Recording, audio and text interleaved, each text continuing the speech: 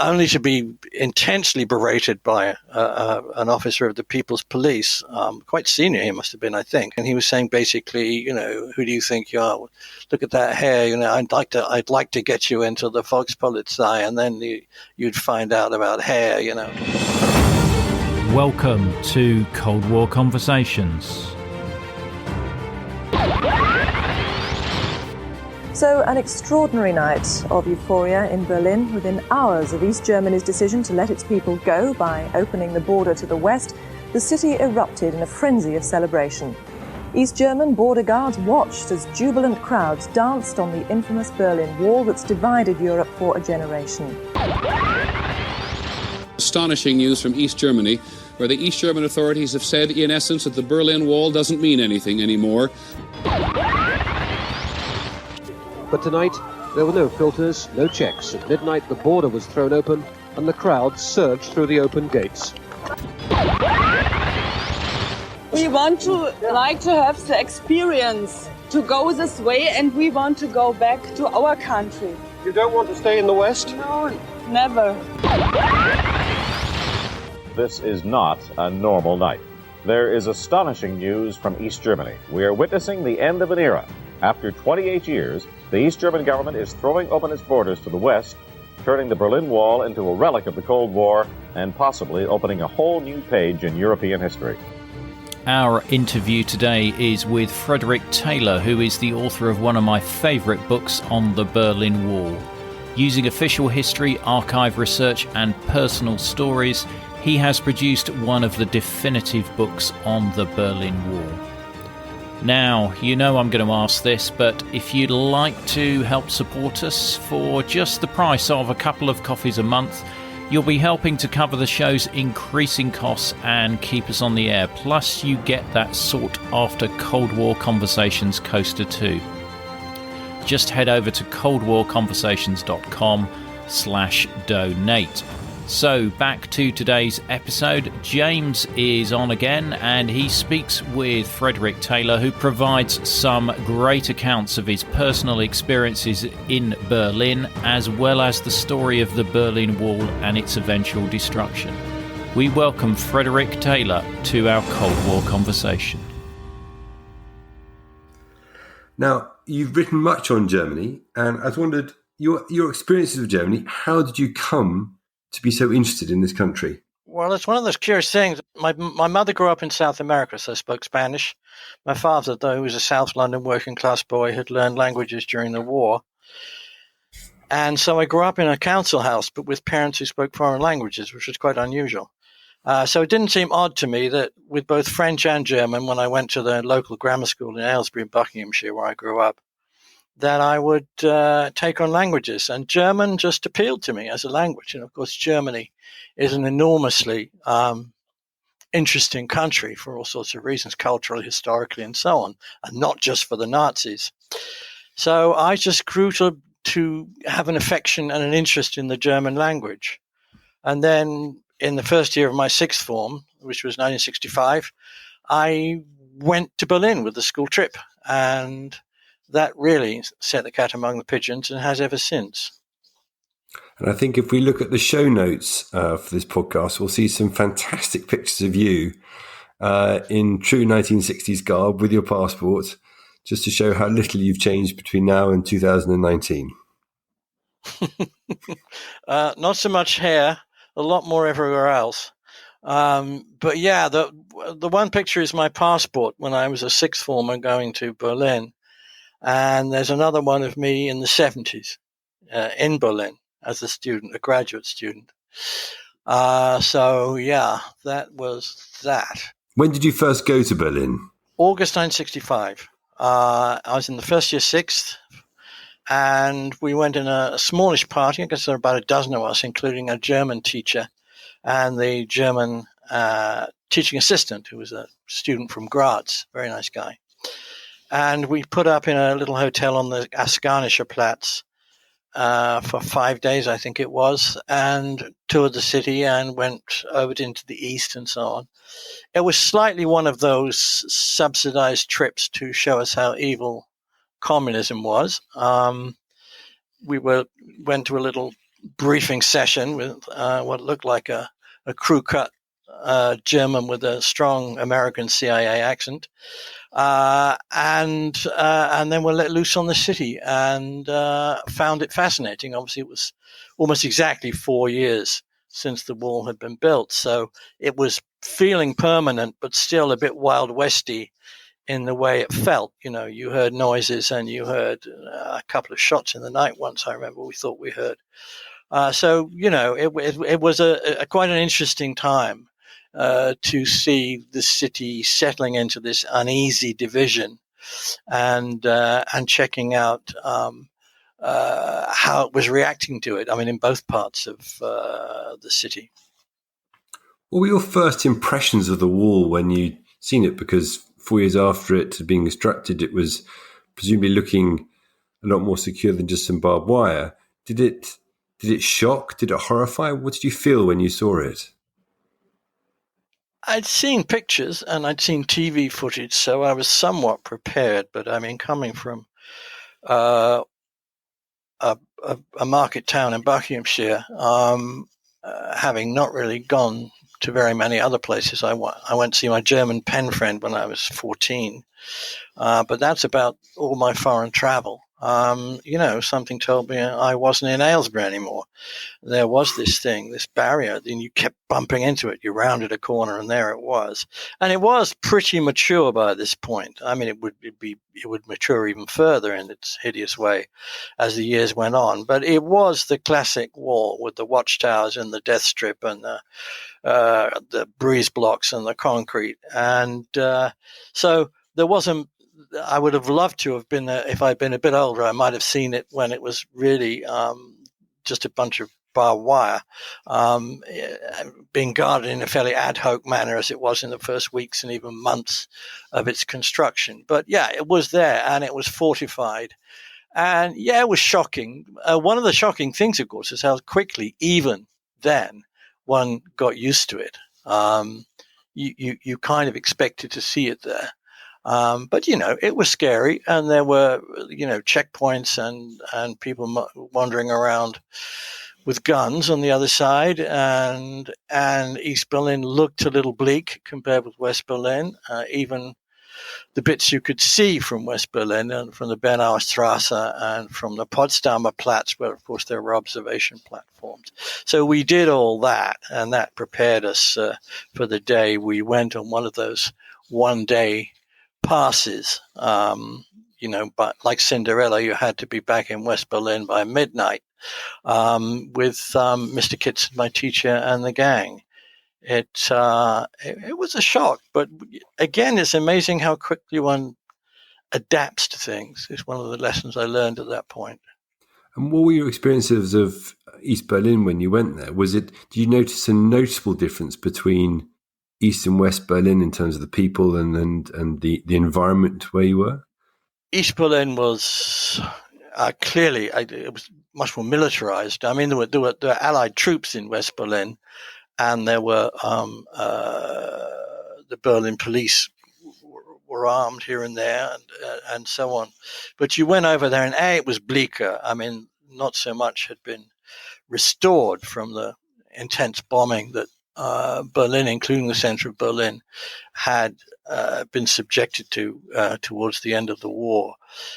And it looked bleak. I mean, lots of the buildings had been torn down or bricked up on the border so that people couldn't escape through them or use them as in any way as a hiding place or a place to dig tunnels. We'll get onto that later. It was very heavily militarized. It felt that way. It felt that there were lots of people in uniform. They were not particularly polite. It was a different feel. It was a totalitarian state, and you realized that immediately. They were usually correct, but they were not friendly, and they were not humorous. It was a seriously undemocratic setup, and that was apparent right from the start. The people themselves were respectably, but on the whole, fairly poorly dressed. There was a lack of color. there were a few little shops, showpiece shops here and there selling knickknacks. And there was a wonderful bookshop, I remember, just up from the Friedrichstrasse station, where if you wanted to, you could buy an extremely cheap copy of any work of Marx that you cared to acquire. I mean, it was a real bargain. I think they might have had an ulterior motive there slightly. And we ended up having an early supper at the building on the Alexanderplatz, where the old working class East Berlin begins, away from the historic center. The Haus der Lehrer, which was a building, in as a house of teachers, which is the head of the state-run teachers union, but it was open to the public to go in there and have something to eat, or a cup of coffee or whatever. And I had quite long hair in those days. Even when I was at school, it was a constant guerrilla war with the assistant headmaster about it, but somehow I sort of got through and got to East Berlin with this head of hair, and only to be intensely berated by an officer of the People's Police, quite senior he must have been, I think. He was, I suppose, in his 40s, and he had this amazing kind of imitation Brigitte Bardot girlfriend in tow. He'd had a few drinks, I think. And I understood enough German. My German was kind of O-level, but getting somewhere, to know what he was saying. He was saying basically, who do you think you are? Look at that hair. I'd like to get you into the Volkspolizei, and then you'd find out about hair, and this kind of thing. I mean, I'd met more rational people in the Aylesbury Conservative Club, to be honest. But that was an experience, and he didn't do anything. And Mr. Kitson, my admirable German teacher, was there on hand to diffuse things a little. And we finally rolled back over the border into West Berlin shortly before midnight. I guess it must have been about 11 or 11:30, and feeling relieved. Even then, you could feel this kind of claustrophobic sense in East Berlin. We, of course, could stroll back over the border anytime we liked. And you were acutely aware that the people you had met and occasionally chatted with and so on during the course of the day could not. And that was a real lesson. Going to that point about the people who could not leave their own country, and turning to the wall, the Berlin Wall, the inner German border as perhaps we know it. But that wasn't the first wall that the GDR leadership built, was it? Well, there was a series of barriers. I mean, basically paranoid government which felt its own weakness. I mean, they were dividing up a country at the behest of the Russian occupiers. There was always that sense of weakness. Other communist governments in Hungary and Poland and Czechoslovakia and so on could at least appeal to a certain feeble nationalism. You couldn't do that with East Germany. You had to create some kind of weird supranational, non-national identity.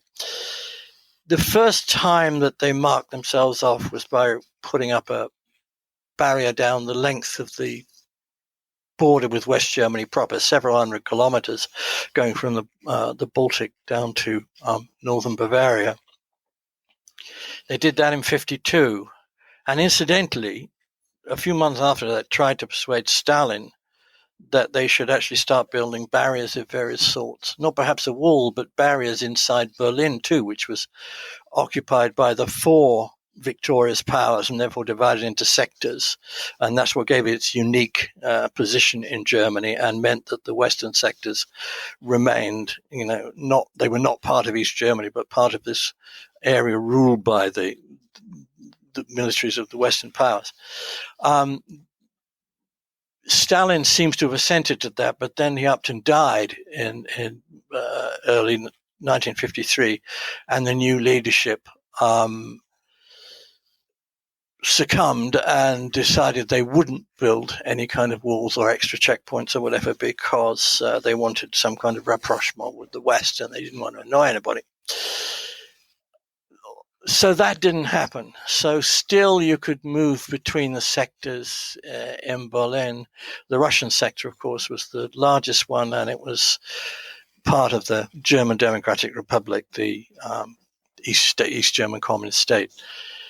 1956, there was the Hungarian uprising, and then something happened, which is not entirely coincidental. The East German leadership, having seen how the Hungarian communist leadership had been rolled up in central Budapest by the rebels in October 1956, built itself a strange kind of fortified enclave just outside Berlin at Wandlitz, about an hour from central Berlin by limousine for the party leadership. And basically it was an enclave of kind of pleasant suburban housing, surrounded by fences and walls and a considerable armed presence, where they would be basically safe from their own people. And there was another element there. Walter Ulbricht, who was the communist leader at the time, a pre-war party boss in Berlin, actually, who had managed to escape to France and then Russia and spent the war there, and then was brought back in by the Russians as their kind of puppet leader of their new little East German state.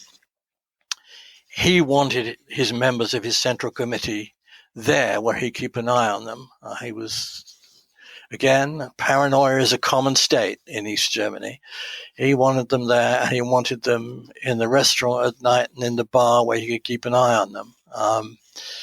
And so Wandlitz became the place where the East German leadership lived.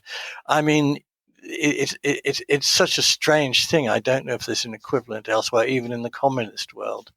But that's what it was. And it even had its own dedicated lane. You came out of the settlement at Wandlitz and you slipped into a lane which is exclusive to the party leadership, where you followed that lane all the way into the middle of East Berlin to where the government offices were, and no other citizens of the GDR were allowed to use that lane. It was quite a privilege. I think it was something similar in Russia, actually, where the apparatchiks had a lane dedicated to their limos when they went into the Kremlin.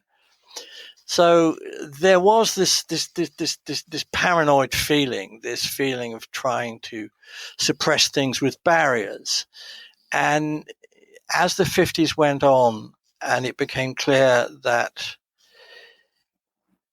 it was either the whole question was whether you wanted to allow West Berlin to continue to exist. In some ways, it was a benefit to the Russians to have it, because it gave them a contact with the West through the joint responsibilities that the military leaders who technically ran Berlin, the victorious Allied militaries, had.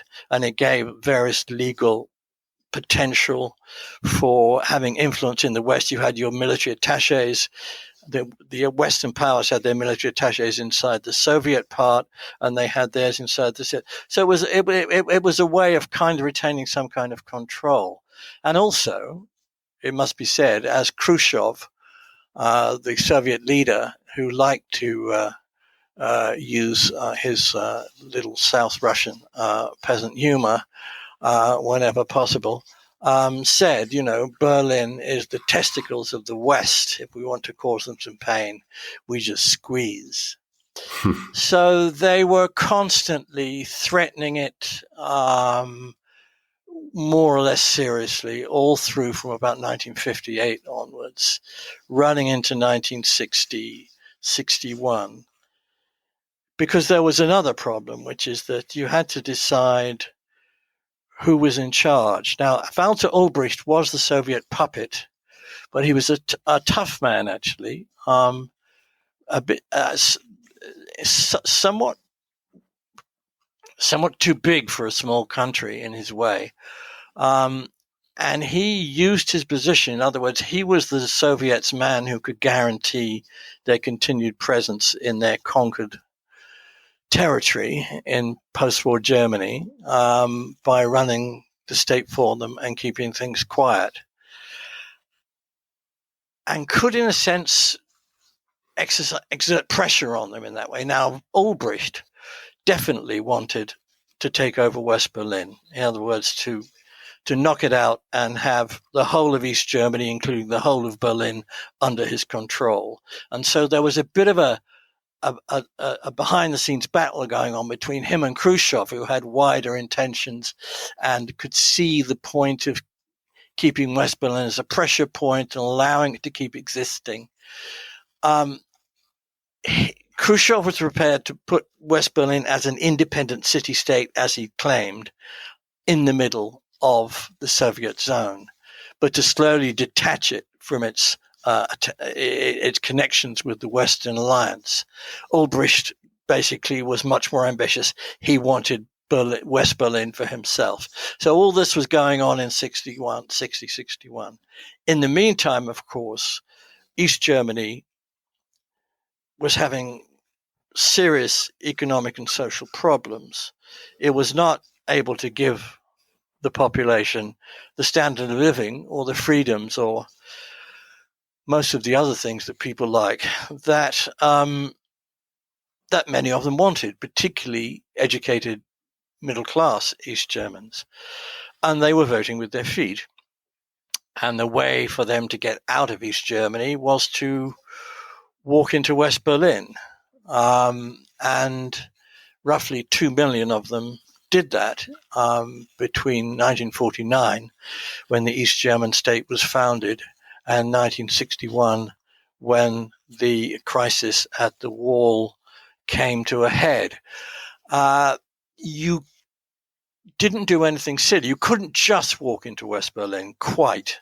There were checkpoints, there were roving patrols of people's police. You wouldn't, if you wanted to go to West Berlin and from there into West Germany, in other words, to become an emigre in West Germany, you would not walk the streets of Berlin with a large suitcase, for instance. That would arouse suspicion. You had to look as if you were just going for a walk or going to see your relatives in the west of Berlin, which people could still do, and vice versa, pretty much unhindered, except by these random checks and things like that. So all that was going on, and the country was losing its most valued citizens, its doctors, its engineers, its scientists, many of its academics, and so on. And it was something it couldn't afford to do. By 61, it had reached a crisis point where the country was threatening to become no longer viable. And this is where we get to the crunch point of the spring and summer of 61, which is basically the whole time where we start talking about the origins of the wall. And is it mainly the economic decline, the flood of talent out of the country that prompts Albrecht to actually put in place Operation Rose and start to build a very physical and permanent border throughout Berlin? Yes, I mean, Albrecht had wanted to do this for years. I mean, it was Albrecht who put the whole thing to Stalin back in 52 and would have, pretty much closed off East Berlin as far as he could back then. But Stalin wavered and then let him and then died, and then the new leadership reversed the policy. And Khrushchev, even in early 61, still wasn't that keen on picking a fight with the West for a start over this. He wasn't sure whether it was worth his while. Albrecht had to persuade him, and eventually he did. There was a big meeting, and Albrecht said, listen, we have to do this or you're going to lose East Germany. It's not going to be viable, and what are we going to do about that? The Russians were very proud of their occupation in East Germany. It was a visible prize, a kind of prestige symbol for the war they had, as they saw it, in some ways very accurately, played such a enormously crucial part in winning on behalf of the Allied coalition between 1941 and 45. They had ended up in the middle of the belly of the beast, in the middle of the former enemy capital, ruling the roost, and it was a feeling that most Russians were very proud of this and wanted to continue doing so. So Ulbricht in that way had some leverage, because he could say, well, if you want to keep your prize, if you want to keep your German satellite state that symbolizes that victory you won, you have to back me. And in the end, they did. So he was given permission to build a barrier between East and West. It's a huge undertaking, of course. Imagine the size of Berlin and doing that. How do they plan it and do it in secret? Because I would imagine the men and the materials required to build the wall were considerable. Yes, it was an enormous undertaking. It must be said, Ulbricht had been planning it for years. When the Soviet ambassador... It was an excuse, really, to do it. Yeah, when the Soviet ambassador said, oh, all right then, sort of implying you better start planning, Ulbricht said, I have the plans here, basically. And he was very surprised, Pavukin, the Soviet ambassador. Yeah, I mean, it was a totalitarian state. It's easier to keep secrets in a totalitarian state than it is in a democracy, for a start. But obviously they took precautions. They had to get together, for instance, an enormous amount of barbed wire, which is pretty much at a premium in the Eastern Bloc, actually. Valuable stuff. And what they did was to basically get together all this barbed wire and drive it around the country for a few days before the actual construction began, so that you wouldn't see all these building materials coming into Berlin and start getting suspicious about something happening. And the same was true to a great extent with the few breeze blocks and bits and pieces and bollards that they needed to put up some kind of initial barrier. As for the troop movements, well, yes,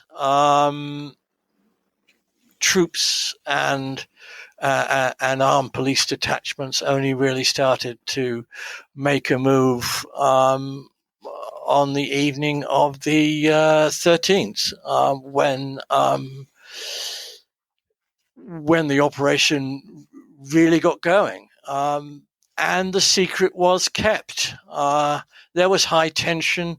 The numbers of people moving to the west had come up had reached in the low thousands per day. So clearly something had to happen. Nobody was quite sure what. Many people in Washington apparently thought that they wouldn't actually put a barrier down the middle of Berlin, but put a barrier around the outside of East Berlin, so that people coming in from provincial East Germany into East Berlin would be checked, rather than having a barrier between East and West Berlin. That was an illusion that continued right till the last moment, apparently. Anyway, so it was a matter of coordinating everything and bringing it together pretty quickly, quietly, and closing the trap, so to speak, before anybody knew what was happening.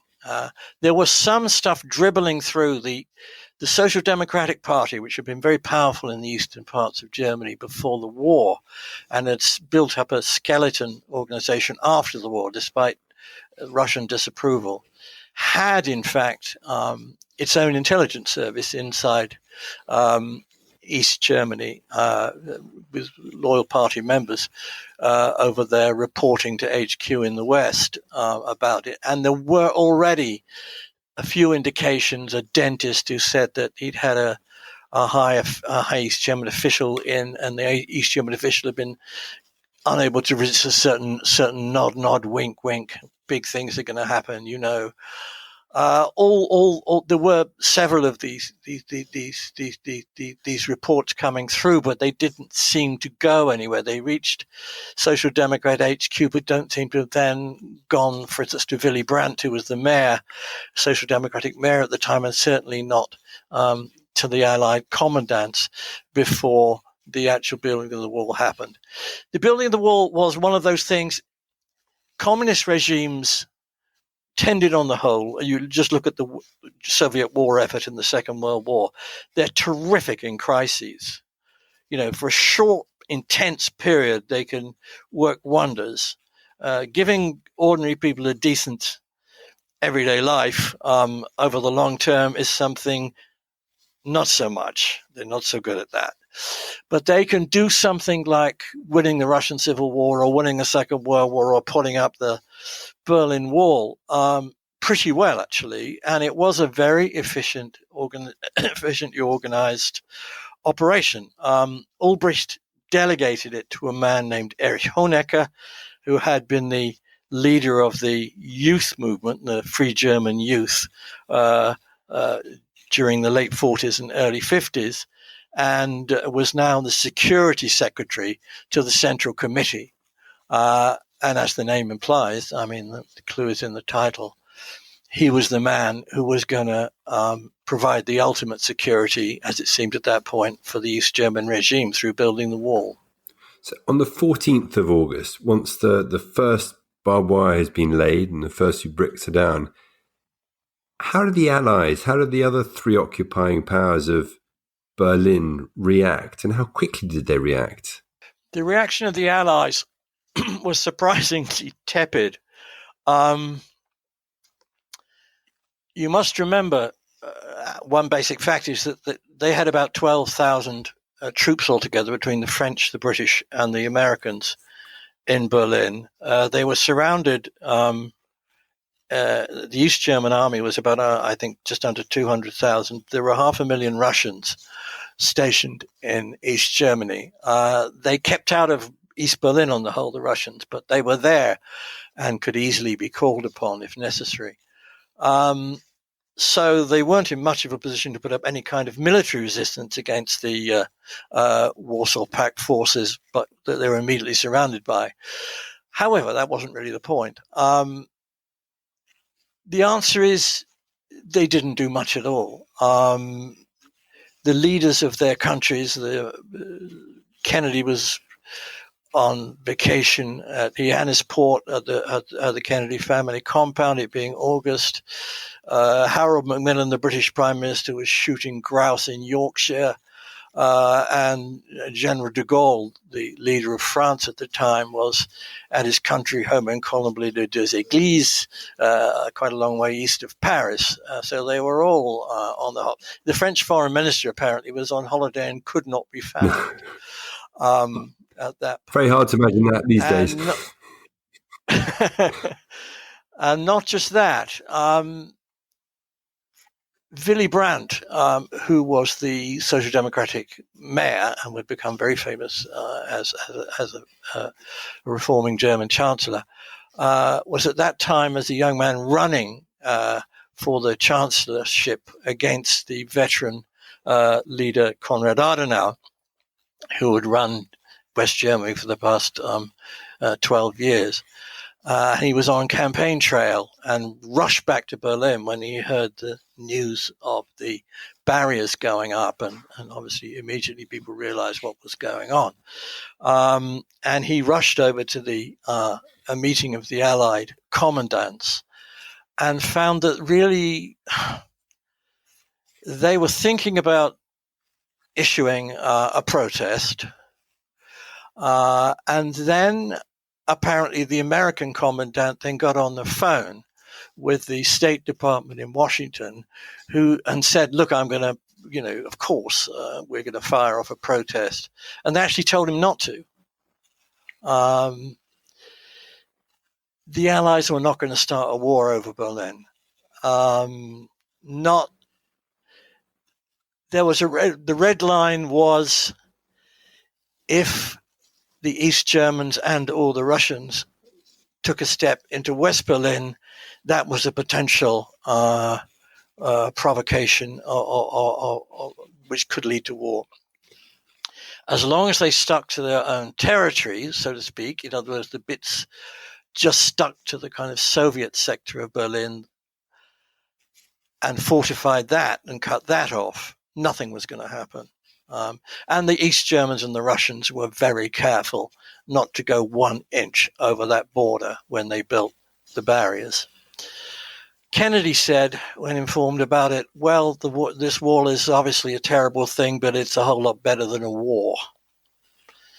And pretty similar reactions came from diplomats and politicians in both France and the United Kingdom. Of course, in the end, they did. They had energetic protests. This is terrible. My God, this is awful. Why are you doing this? But backstage, things were a little different. The author and political operator François Mauriac, a writer who was a great friend of de Gaulle's, cynically remarked when accused that he didn't like Germans, and that's why the French were doing nothing. He said, no, of course, I'm very fond of Germans. I like Germany so much. In fact, I want two of them. Very diplomatic. So this kind of cynicism was basically it. As long as you don't try and take West Berlin, okay, we accept what you're doing, and that pretty much was it right from the start. There were people on the western side, particularly in the armed forces, who would have liked to have pushed back, who thought that actually if you had pushed back at that point, in other words, before things solidified, when it was just a bunch of tumbleweedish barbed wire in most places, if you started dismantling it and said, we understand, I don't know why they're doing this, they're not allowed to do this, so we're pushing this back for you, don't worry, and told the Russians, what are your East German friends doing? This is, against the rules and so on. If they had pushed back, the Russians might have backed down. It's hard to tell. I think the Russian prestige was pretty well involved by that point. I think that might be a bit of a fantasy. But no, I mean, the Western reaction caused any West Berliner to feel confident at that point of their protected status. The immediate position was that the East Germans weren't moving against them, but the omens didn't appear good to the average West Berliner that their position was secure. Even Adenauer, who was a Rhinelander and a Catholic and didn't think much of anybody who lived east of the Elbe River, didn't really care about it much either. I mean, he didn't want 15 million communist Protestants much either. He was having enough trouble running East Germany, his West German state as it went. So, all in all, the whole reaction, even as I say from the West German government, although publicly, of course, they protested and said what an outrage it was pretty sort of surprisingly relaxed. But what was it that made Kennedy change his mind or to consider it differently and end up sending his vice president and one of his generals on a very high-profile trip to Berlin? Then ultimately, and one can just imagine it, the American army sending in reinforcements up the corridor into West Berlin. What changed his mindset to sort of uprate it in terms of his response? Well, Kennedy, as I said, did not react particularly strongly to the news when it came in that this barrier was being put up in West Berlin. He wanted to be pretty clear that they weren't trying to actually. There was no threat that the East German troops would march into West Berlin. That became pretty clear, But also, once he got back to Washington and the general started talking to him and various other people got to him, I mean, there was a whole Berlin steering group who were a lot of veterans, journalists and diplomats who'd served in Berlin over the years since the end of the war. And they made it clear that really something had to be done. You couldn't just do nothing. And so in the end, they decided they would first send the vice president, Lyndon Johnson, over there, along with General Lucius Dubignon Clay, son of a senator, big deal general from the Second World War. He had also been commandant in the American zone during the Stalin's last attempt to choke off Berlin, which had been in 1948-49 with the famous Berlin blockade, which the Allies answered with an airlift, and which Stalin finally gave up 10 months later. Clay had been the engineer of that, a tough, intelligent man and a Republican.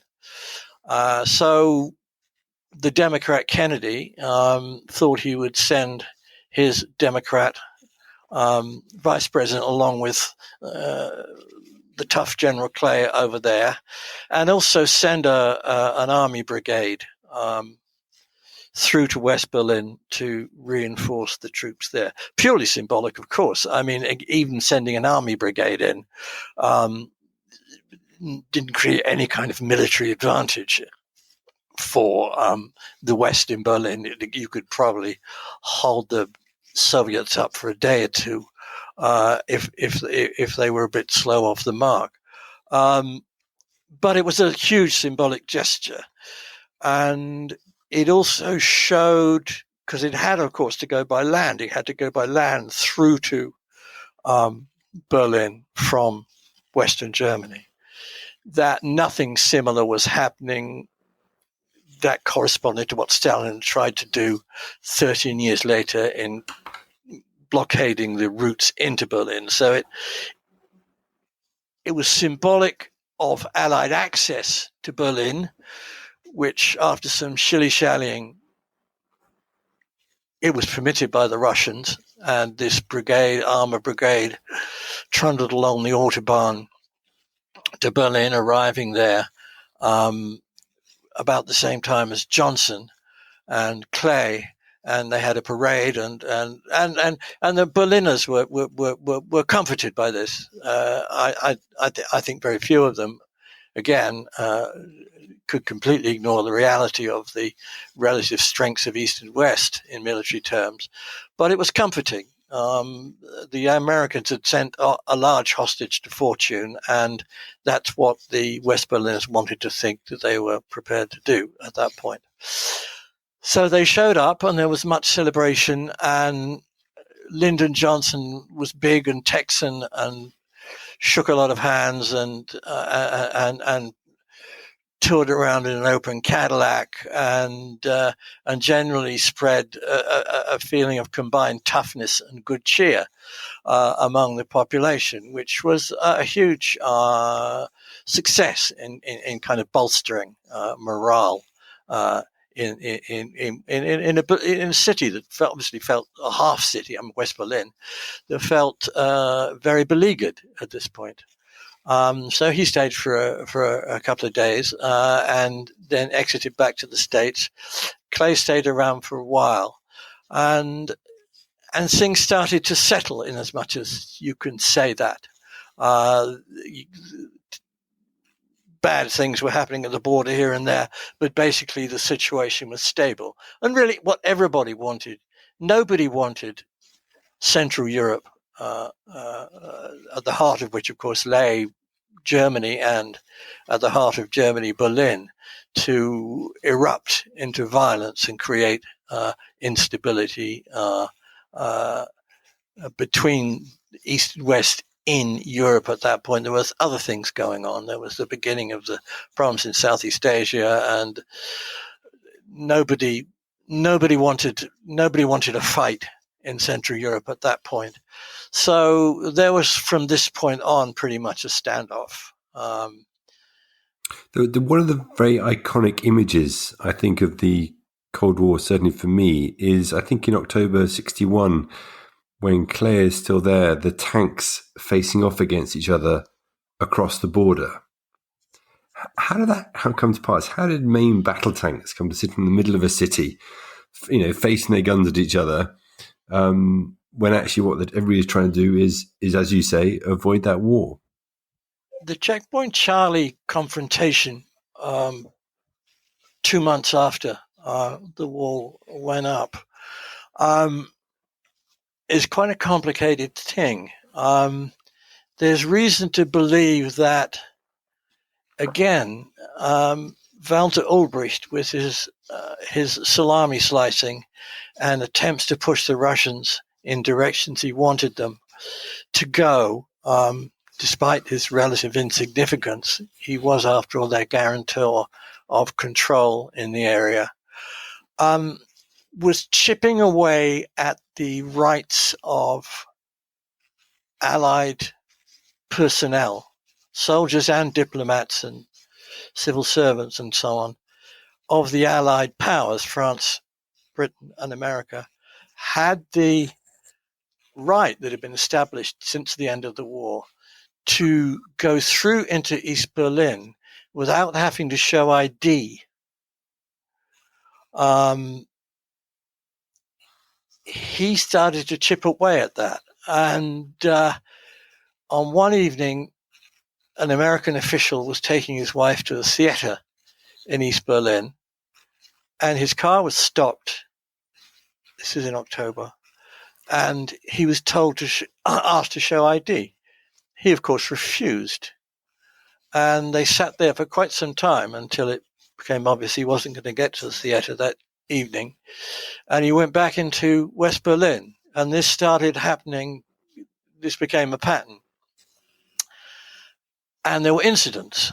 You had American troops then, when it happened again, escorting the American diplomat concerned, who didn't show his papers, into East Berlin. In other words, a jeep load of armed American soldiers followed the diplomat's car into East Berlin. They drove around for 2 or 3 minutes and then back into West Berlin, to establish the principle. But the thing escalated, and the East Germans kept stopping them. And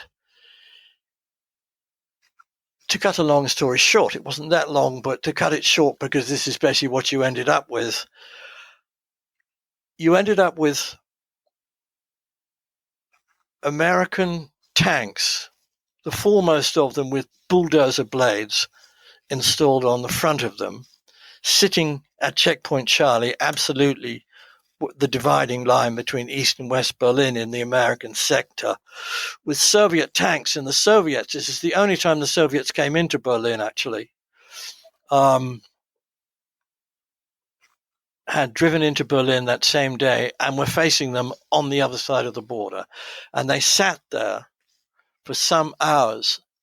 Nobody was quite sure what was going to happen. If the Americans went forward and pushed aside the barriers that were stopping their people going into East Berlin, then who knows what the Russian tanks might retaliate with, perhaps gunfire. Nobody was quite sure. It was a very, very tense time. Meanwhile, of course, actually, and here we get to it, the East Germans Ulbricht and his East Germans had basically got the Russians into a bit of a jam, because they had hoped, well, the Russians will be so embarrassed they won't back down, they'll have to support us in this. But actually, back channels in New York, in and around the United Nations, thought to have involved Robert Kennedy, the president's brother, and a Soviet journalist who he'd become pally with, and the way these things happened at the time, that basically indirect negotiations went on between Kennedy and Khrushchev through these intermediaries. And basically they came to an informal agreement. They were both pulled back at the same time. And that is eventually what happened after this very tense, these very, very tense hours through the night at Checkpoint Charlie. The tanks moved back. On the quiet afterwards, in the end, American officials did, and other Allied officials did show basic ID, and honor was satisfied. on both sides, I suppose you could say. But you see, the Russians didn't want a war even then. It was actually for the Americans, this was the only point at which they might have been prepared to fight a war, not in order to save Berlin from the hideousness of the wall and the watchtowers and the divisions and so on, but of course to defend American prestige. And that was basically that particular crisis, which was the closest, I think, the world came to a war over Berlin, certainly not over the building of the wall itself 2 months earlier, that the Checkpoint Charlie crisis, represented that.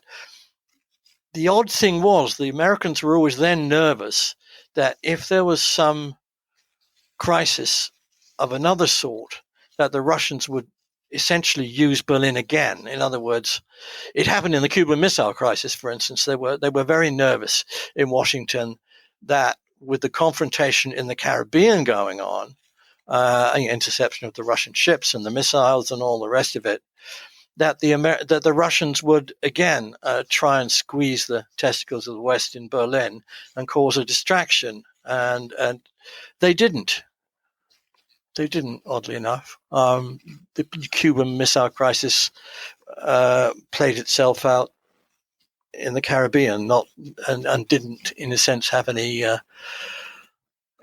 ramifications in Europe. So for the next 28 years, the wall becomes an established feature within Berlin, leaving West Berlin an island in the middle of East Germany.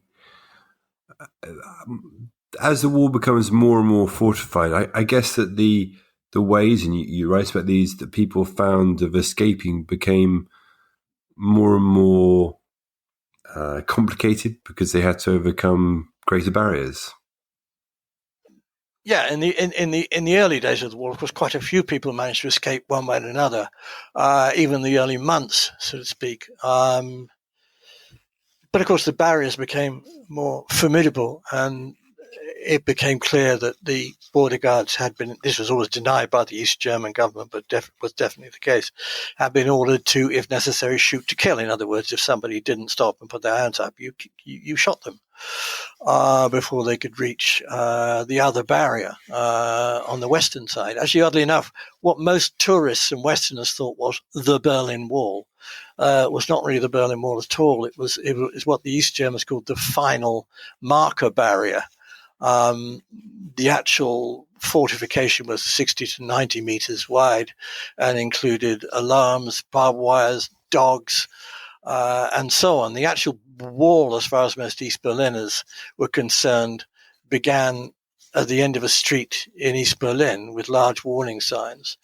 And once you went over that, you had quite a job to get to the West. I mean, the most notorious incident was a year after the original building of the wall, when a young boy called Peter Fechter and a friend tried to climb across the walls and run across the death zone, and then shin up the wall into West Berlin, which was like 10 feet tall, had a slippery rounded top. I mean, it was really quite something. They carried a ladder.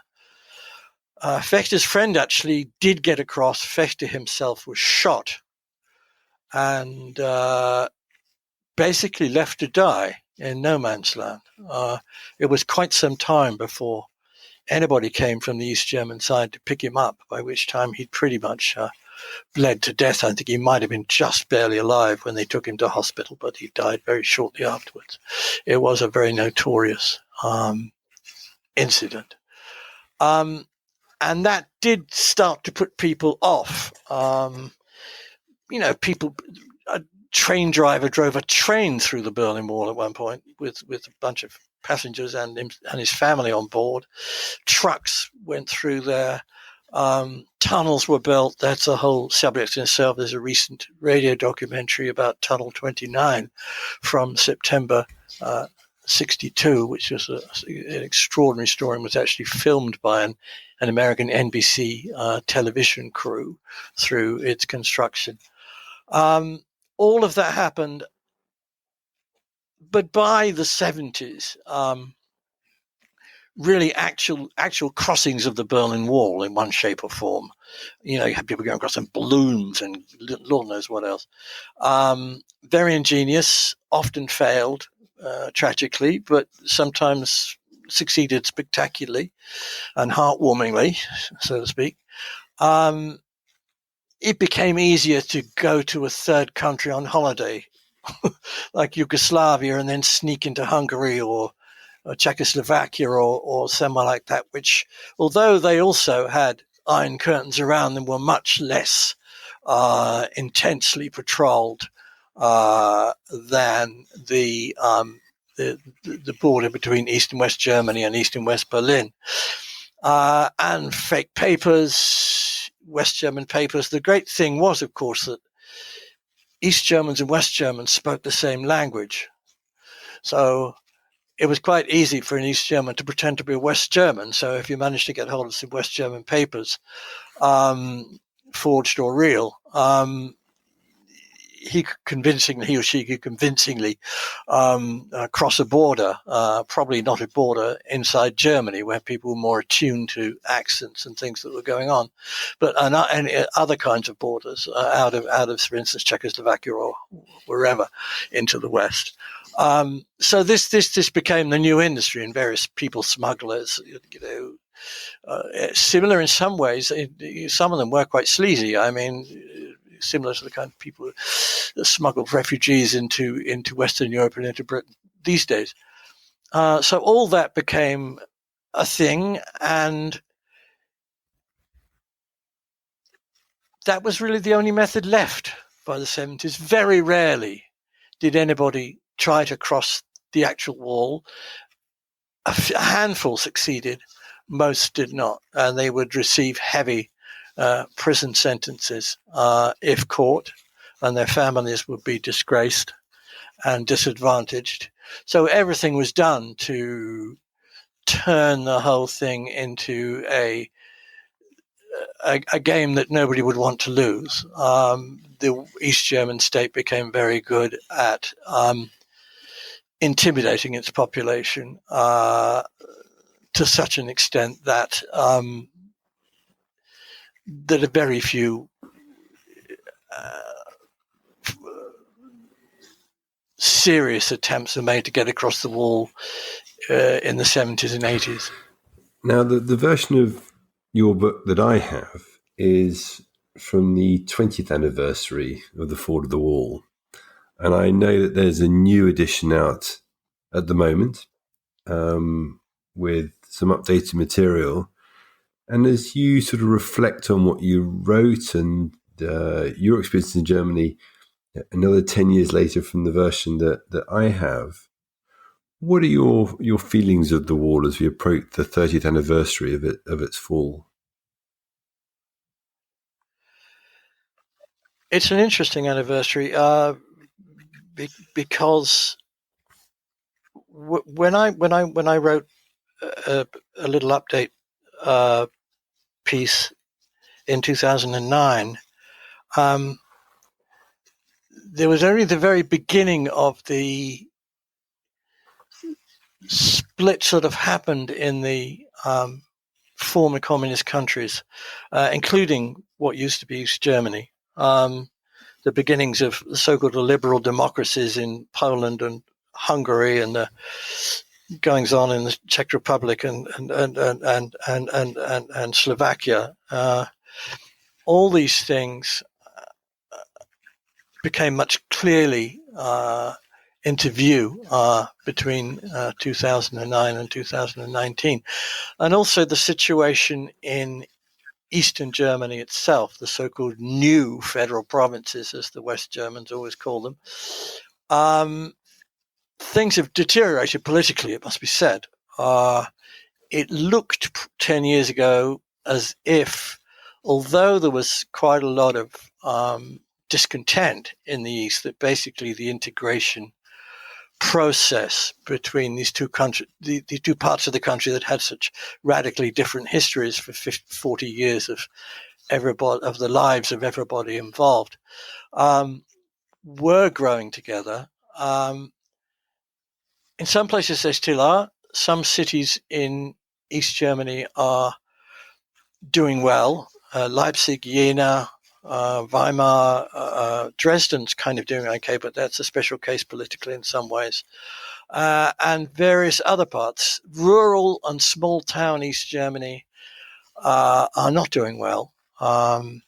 One interesting thing recently, actually, there was an interview with a couple of German politicians, one of whom was a Western German politician and one of whom was an East German politician, both nearing retirement and reflecting on things.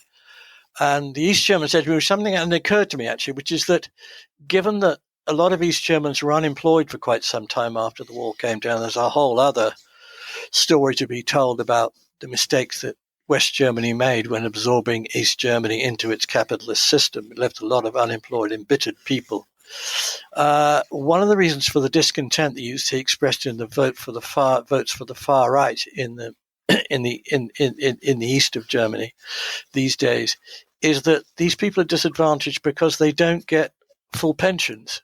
So they're the people who are like, 25, 30 at the time of the fall of the wall, who you see celebrating and looking young and enthusiastic, and now 55, 60, and I say particularly in the rural and small town areas, feeling that they're facing an impoverished old age, and yes, they have a type of political liberty that they thought they wanted, but they don't have the guarantees and that they actually experienced in East Germany offered its citizens if they behaved themselves and were prepared to put up with a slightly reduced economic and material horizons, cheap accommodation, security, and state support of a kind of fairly comprehensive sort.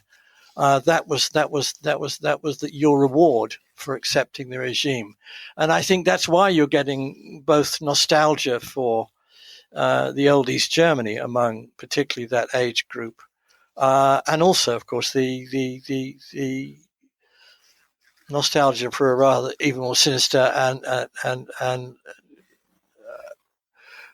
regime that Germany had 70, 80 years ago. It's a very tricky situation. It remains to be seen what happens in the elections in Thuringia at the end of this month. It doesn't look good. It looks like the AfD, the far-right party, is going to get about a quarter of the vote, as it already has in two other East German provinces in this last autumn electoral period. We'll see. Not everybody isn't. I mean, if a quarter of the population votes for the far right, it means that 3/4 of the population hasn't. And nobody is really suggesting that that the democratic state in Germany is threatened in the way that the Weimar Republic was threatened by the right in the late 20s and early 30s. But it's not what it was. I mean, I would have thought, after the wall came down, and again, even 10 years ago, although there were signs, which I noted, I think, in my piece, and I've written a not entirely pessimistic, but a more nuanced update chapter in the new edition of my book that's coming out at the end of the month. But it's much more complicated than it looked, and it really proves that once you've dislocated a people, it takes a long time to put it back together again. It's East Germany is not special in one way. I mean, nationalism and a certain intolerance are widespread in the Western world, even in Britain, and certainly elsewhere in Europe as well. The German version is what it is, and has its origins and its different expressions as a result of German history since the 1960s. The Berlin Wall did divide the nation, and it was very traumatic. And even when it's had a chance to heal, it's been a lot slower than most of us had hoped and believed would be the case. I mean, I can remember the exhilaration back in November 1989 when the wall came down, and the feeling of hope. I don't think any of us really believed it was the end of history. Even the man who said it was the end of history probably didn't really believe that either. But it was something very, very positive that could only have a good outcome. Now we're all no longer quite so sure about the good outcome. Rather like the French Revolution. Bliss was it at that dawn to be alive, wrote Wordsworth in the early part of the French Revolution. And 10 years later, he would never have thought anything like that. It's not as extreme as that where we are with the situation in Germany as a result of its division. But it's still a work in progress. I think we can safely say you can't create that bigger hiatus, that bigger trauma in a country and have it easily and quickly resolvable. And the situation in Germany has certainly proved that. Indeed, it's had a long and rich history and probably will continue to do so for many years. Now, as a final question to you, Fred, the Berlin Wall, the Cold War in general, has thrown up a plethora of books and films, fiction, non-fiction, and I will say at this point that I highly recommend your book. I reread it again before we talked today and enjoyed it as much on its second reading as I did on its first. But what books and films, fiction, non-fiction, do you think particularly encapsulate the Cold War or the Berlin Wall? Well, you've got Le Carre actually is very, very good. His Berlin, the Berlin of the Spy came in from the cold, is pretty much the Berlin I knew when I first went there as a teenager. He's terrific. David Young's Starty Child is very good. In German, the East German writers are the ones to read. Monika Maron and The Divided Heaven. Which I think has just been retranslated, hasn't it? Yes, it has. It has. Yeah, I mean, I just everything. But read the stuff that don't read the stuff that knows that knows how the story ends. Read the stuff that was written while it was going on, because it gives you a much more vivid and real view of how it was. When you look back on something, yes, you can read, but it becomes a historical novel then, and that's a whole different thing. It's valuable. It's like history. It's valuable.